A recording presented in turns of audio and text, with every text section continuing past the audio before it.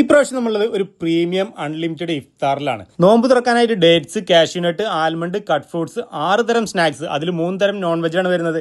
Juice, lime, തരിക്കഞ്ഞി, വെള്ളം, ഇതൊക്കെ കുടിച്ച് വയറ് ഫുള്ളാക്കണ്ട അടുത്ത ഐറ്റംസുകളുണ്ട്. അത് കഴിഞ്ഞ് നമ്മൾ ആദ്യം പോയത് സൂപ്പിൽക്കാണ്. 2 തരം സൂപ്പാണുള്ളത്, ചിക്കൻ മാഞ്ചോയും ക്രീം ഓഫ് വെജും. ഇനി മെയിൻ കോഴ്സിലേക്ക് പോകുകയാണെങ്കിൽ 5 തരം നോൺ വെജ് ഡിഷ്, അതിൽ chicken, beef, fish, chicken biryani, അങ്ങനെ ഒരുപാട് ഐറ്റംസുകൾ.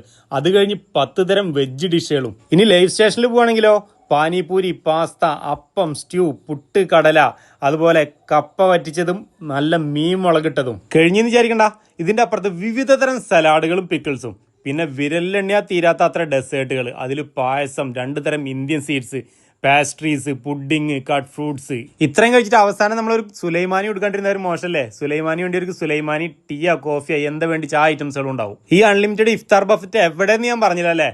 നമ്മളെ റാവീസ് കടവിലെ കേരളീയം റെസ്റ്റോറൻറ്റിലാണ്. 999 രൂപ പ്ലസ് GST വരുന്നുള്ളൂ. എല്ലാവരും പോയിട്ട് ഫീഡ്ബാക്ക് ഒന്ന് അറിയിച്ചോളൂ കേട്ടോ.